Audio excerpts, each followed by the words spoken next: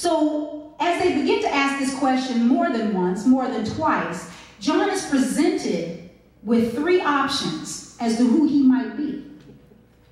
The first, they ask him, basically, are you the Messiah? Are you the one? All right. But let's be real clear. John said very, very quickly, no, I am not the Christ. Right. And see, most of us Christians, us saved folk, we have absolutely no problem if someone were to come to us and ask us, who are you? Are you the one? We have no problem saying, no, I'm not Christ.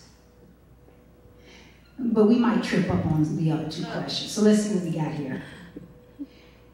The next thing they ask him is, are you Elias?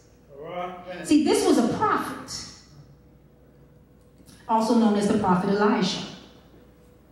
And this was a prophet that had been foretold by Moses that was coming. So they're asking him, are you the prophet that was foretold of? See, some of us might have a little problem saying no to that one. Because we might be, yeah, I'm a prophet. I'm a bishop. I'm an apostle. See, because now they're asking about a title.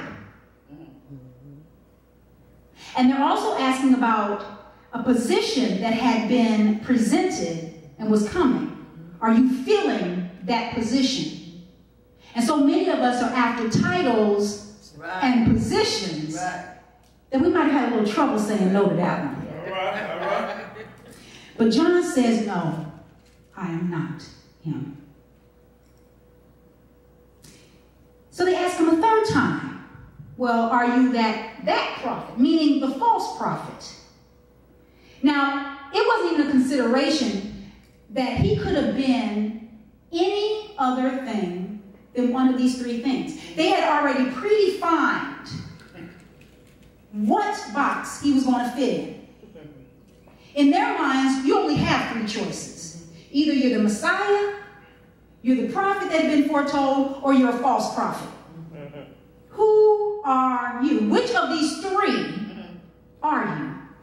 And so many of us struggle in our Christian walk because we try to fit in this predefined box that is set before us. But John had no problem. No, I'm not any of those. Now their minds are blown. Well, then who are you? We saw you baptizing. Who gave you the authority then to do what you're doing? Right. If you're not the Christ, and you're not the foretold prophet, and you're not a false prophet, then who are you?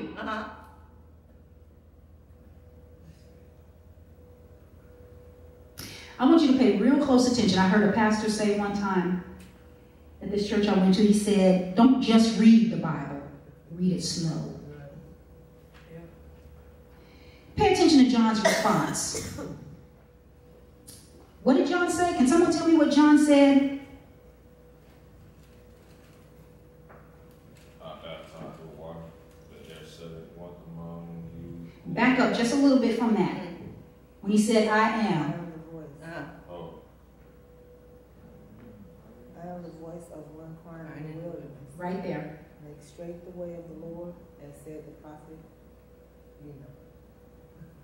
He said, I am the voice of one crying in the wilderness, make straight the way of the Lord.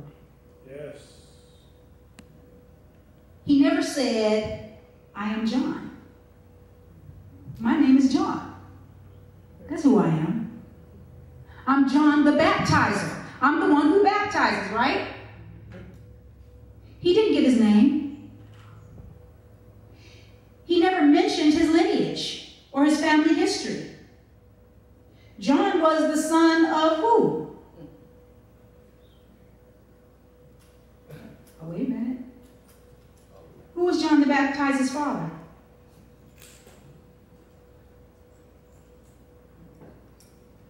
Uh-oh. Oh, wait, hold on. Let's go way down there. I'm going to wait, too, because that's a serious point.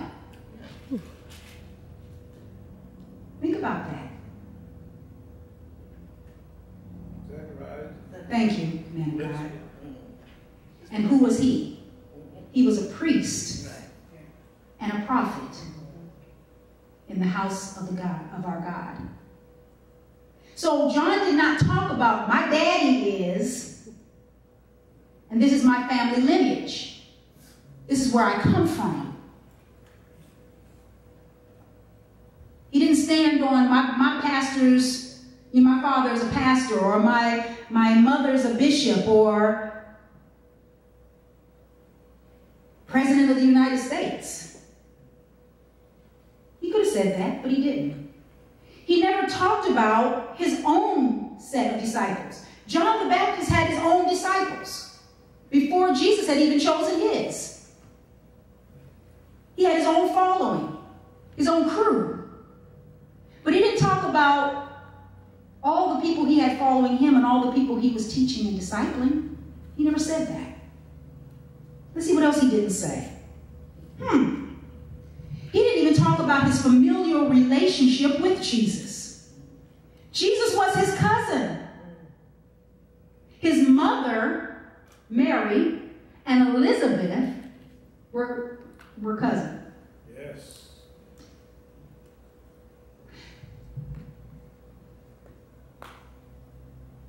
He also didn't go in talking about, and I'm 6 months older than Jesus, by the way. All right. I got here first. Because remember when Mary and Elizabeth met up with one another, that was the baby that leaped. Yes. Come on now. Come on, saints. Come on. Amen. And he didn't mention what he had just finished doing. He had just finished baptizing the Christ. He didn't talk about any of his merits. He didn't talk about any of his credentials. He didn't talk about any of his certifications. When they asked him over and over and over again, who are you? All he says is, I am the voice of one crying in the wilderness. All right. Make straight the way of the Lord.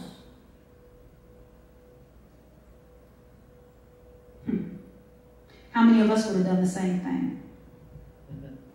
When people ask us who we are, 9 times out of 10 we tell them, I am the chief bishop of the Golden Church around the corner. I'm a minister. I'm a reverend. I'm a doctor. I'm a lawyer. I'm a mother. I'm a teacher. They didn't ask you what you do. All right. They asked you who you are. But so many of us get our identities wrapped up in what we do. Right. And the types of positions that we hold. Right. But not John.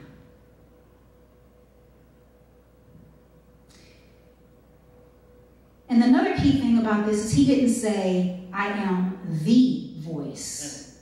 He didn't say, I'm the only voice. He said, I'm the voice of one. He was humble about it. He knew that he wasn't the only one. Yes. He just knew his part. He knew his role. He knew what he was supposed to do. And he did it. What I want you to hear from all of this is that John never spoke about who he was. He never answered their question with who he was. He answered their question with why he was. It's not about the who. It's about the why. And John's why was to tell them who he was. Yes. Yes. And that's where most of us miss it. Right. We're too busy in this world, 21st century world of personal branding, in this world of online marketing,